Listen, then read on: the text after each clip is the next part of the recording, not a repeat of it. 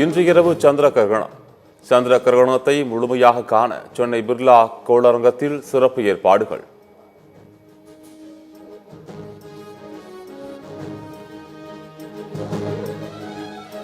உங்களுடன் ஸ்டாலின் முகாம்களில் விண்ணப்பித்த மகளிர் அனைவருக்கும் கண்டிப்பாக மகளிர் உரிமை தொகை வழங்கப்படும். துணை முதலமைச்சர் உதயநிதி ஸ்டாலின் திட்டவட்டார்.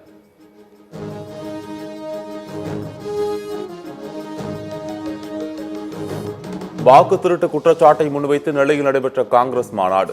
6 தீர்மானங்கள் நிறைவேற்றம்.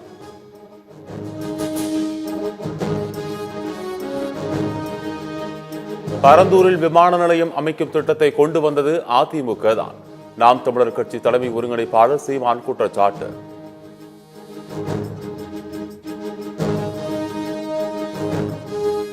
பிசிகேவினர் மீது கொலை முயற்சி தாக்குதலில் ஈடுபட்ட ஏர்போர்ட் மூர்த்தியை கைது செய்ய வேண்டும்.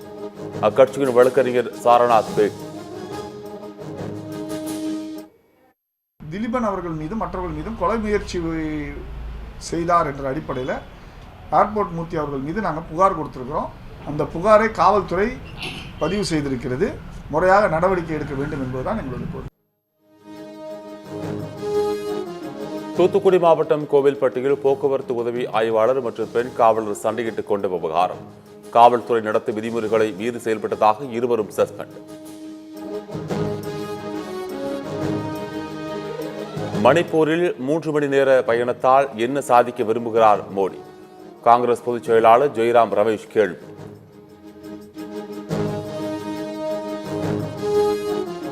பீகார் வாக்காளர் பட்டியல் திருத்தம் தொடர்பான வழக்கு உச்சநீதிமன்றத்தில் நாளை விசாரணை.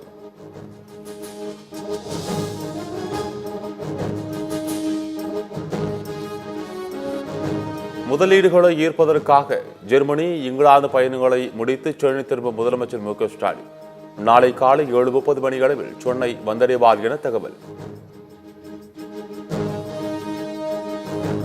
முத்துராமலிங்க தேவருக்கு பாரத ரத்னா விருது வழங்கவும் மதுரை விமான நிலையத்திற்கு அவரது பெயரை வைக்கவும் மத்திய அரசை வலியுறுத்துவோம். திண்டுக்கல் மாவட்டம் ஆத்தூர் தொகுதிக்கு உட்பட்ட சின்னாளப்பட்டி பிரச்சாரத்தில் அதிமுக பொதுச் செயலாளர் எடப்பாடி பழனிசாமி பேச்சு.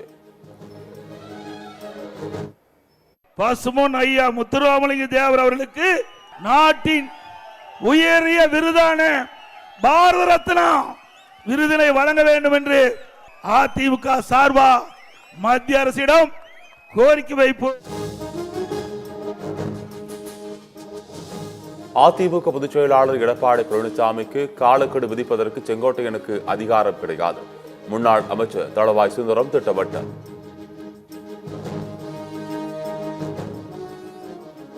வரும் சட்டமன்ற தேர்தலில் பிரேமலதா விஜயகாந்த் நிச்சயம் எம்எல்ஏ ஆவார்.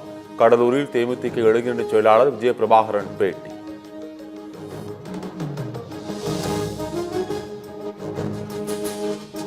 அதிமுகவில் தற்போது எனக்கு எந்த பொறுப்பும் கொடுக்கவில்லை என்பதால் உட்கட்சி விவகாரம் குறித்து என்னால் கருத்து சொல்ல இயலாது. குடும்பம் என்றால் சண்டை சச்சரவுகள் வருவது சகஜம்தான் என்றும் நடிகர் ராமராஜன் பேட்டி. துலீப் கோப்பை கிரிக்கெட்டில் அஜித் படிதார் தலைமையிலான மத்திய மண்டல அணி இறுதிப் போட்டிக்கு தகுதி. வரும் 11ஆம் தேதி தொடங்கவுள்ள இறுதிப் போட்டிகள் தெற்கு மண்டல அணியுடன் பல பரீட்சை. தென்னாப்பிரிக்காவுக்கு எதிரான 3வது ஒருநாள் போட்டி. 5 விக்கெட்டுகளை மட்டும் இழந்து 414 ரன்கள் குவித்த இங்கிலாந்து அணி. ஜோ ரூட், ஜேக்கப் பெத்தல் சதமடித்து அசத்தல். ஜிம்பாப்வே அணிக்கு எதிரான 3வது T20 போட்டியில் 8 விக்கெட்டுகள் வித்தியாசத்தில் இலங்கை வெற்றி. 3 போட்டிகள் கொண்ட தொடரை 2-1 என்ற கணக்கில் கைப்பற்றியது.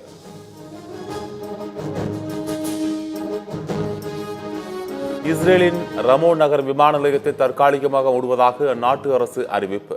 ஹவுதி போராளிகள் தாக்குதலை அடுத்து நடவடிக்கை.